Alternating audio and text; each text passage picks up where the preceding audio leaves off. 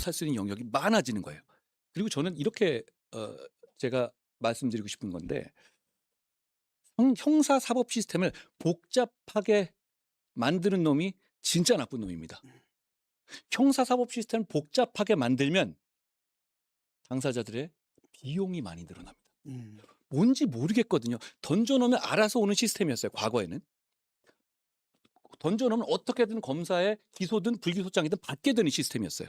근데 지금은 어떤 거는 불송치, 어떤 건 재수사 요구, 이의신청.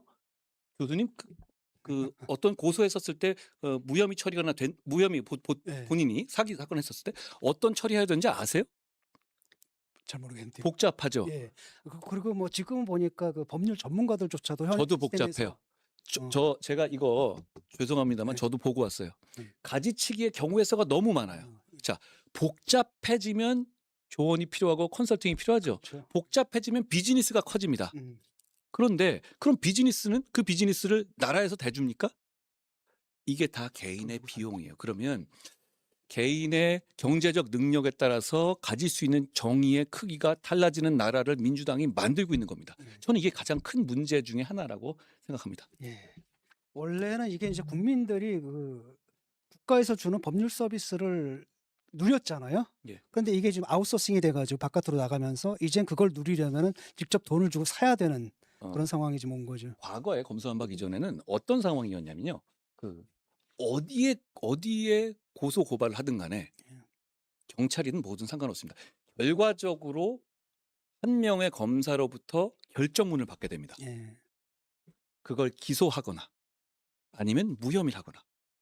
지금은 어떠냐면 그러니까 기소하지 않 경찰에 고소를 하죠. 그럼 경찰이 수사를 해서 불송치 결정이란 걸 해요. 그러면 검찰로 안 보내는 거예요. 끝나는 거예요.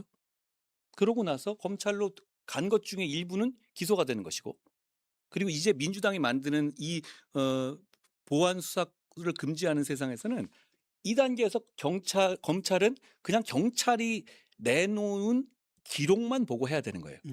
자, 근데 여기 중요한 차이가 있습니다. 불송치 결정도 그 결정문을 보고 하면은 뭐 근데 그러니까 두 줄이잖아요, 그거 딱. 그렇습니다. 무슨 얘기냐면 우리나라의 시스템은 어떤 것이었냐면 그 과거에는 500만 원을 제가 교수님한테 빌려요. 예. 그렇지만 갚지 않습니다. 그러면 왜 안 갚냐고 해서 제가 배를 째요. 그러면 진 교수님은 경찰이든 검찰에 한동훈을 고소하는 겁니다. 그렇죠. 500만 원의 사기죄로. 그렇죠. 그런데 500만 원을 처음부터 제가 떼먹을 용도로 뭐 제가 그렇게 나쁜 사람은 아니잖아요. 그러지 않는 경우가 더 많죠. 예.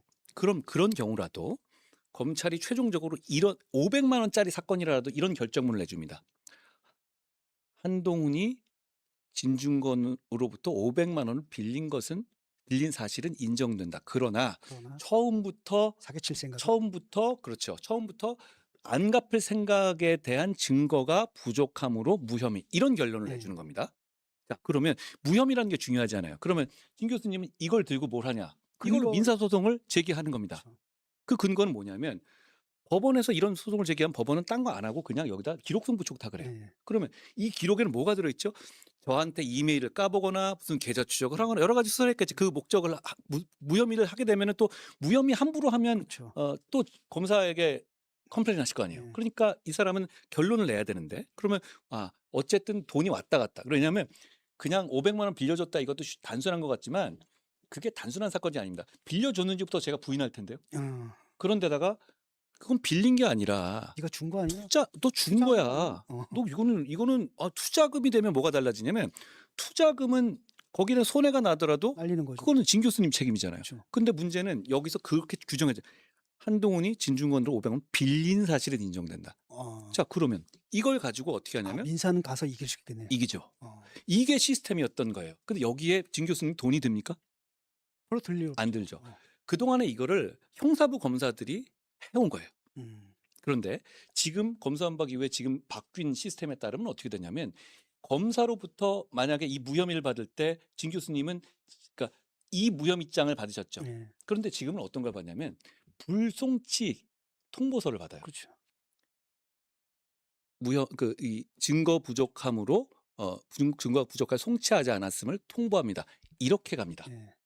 이거 가지고 앞에 있는 제가 우리 예전 같은 그런 식의 서비스를 받았다고 할 수 있습니까? 아니죠. 그러면 어떻게 해야 되냐면 진 교수님은 500만 원을 받기 위해서 변호인을 선임해야죠. 그렇죠. 그렇지만 그 증거 관계를 막 변호사 찾아내야 하는데 돈이 더 들 것 같은데. 찾아내야죠. 네. 그런데 그렇게 하려면 말씀드린 것처럼 500만 원을 하기 위해서 진 교수님 얼마를 드려야 됩니까? 그러니까 500만 원 이상 드려야 되지 않겠습니까?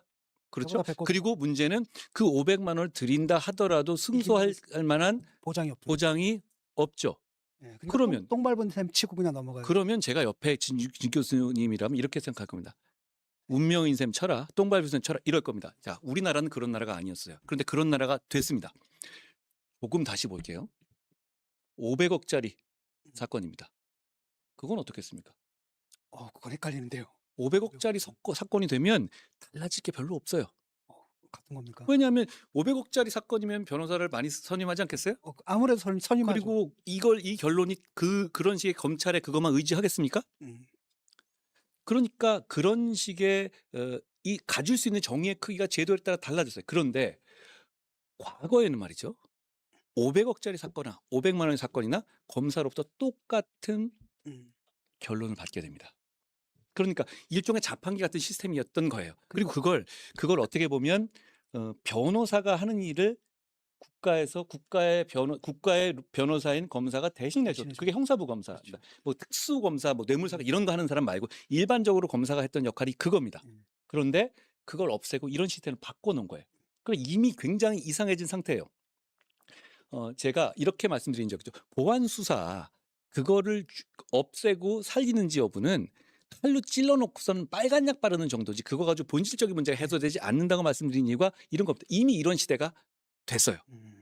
그러면 이거에 대한 피해는 그러니까 이건 저는 이렇게 비유드리고 싶어요. 과거의 시스템이 우리나라의 대한민국의 의료보험 체계, 그러니까 완벽하진 않아도 일정 수준의 보장을 누구에게나 평등하게 하던 값싸게 하던 의료보험 같은 거였다면 지금의 이제 민주당이 바꿔놓은 지금 사법 시스템은 미국식의 사보험 시스템. 그러니까 아파도 병원 못 가고 능력에 따라서 정의를 서비스 받는 시스템이 아니라 된 겁니다. 그러니까 그렇죠. 가진 능력에 그렇죠. 따라서. 그렇죠. 그 능력이 돈일 수도 있고 그렇죠. 힘일 수도 있습니다. 권력일 수도 힘일 수도 있습니다. 예를 들어 가지고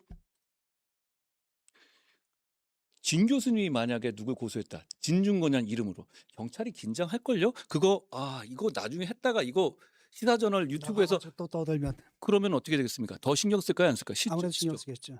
근데 가만 안 있을 테니까. 그러니까요. 그러니까 그 차이에 따라서 얻을 수 있는 정의의 크기가 현격하게 달라졌어요. 이미 그런 시대가 세계를 이미 민주당 정권을 만들어 놨습니다. 제가 말씀드린 사법의 민영화는 그런 의미예요. 그 일반 형사 사건 같은 경우는 어떻습니까? 예를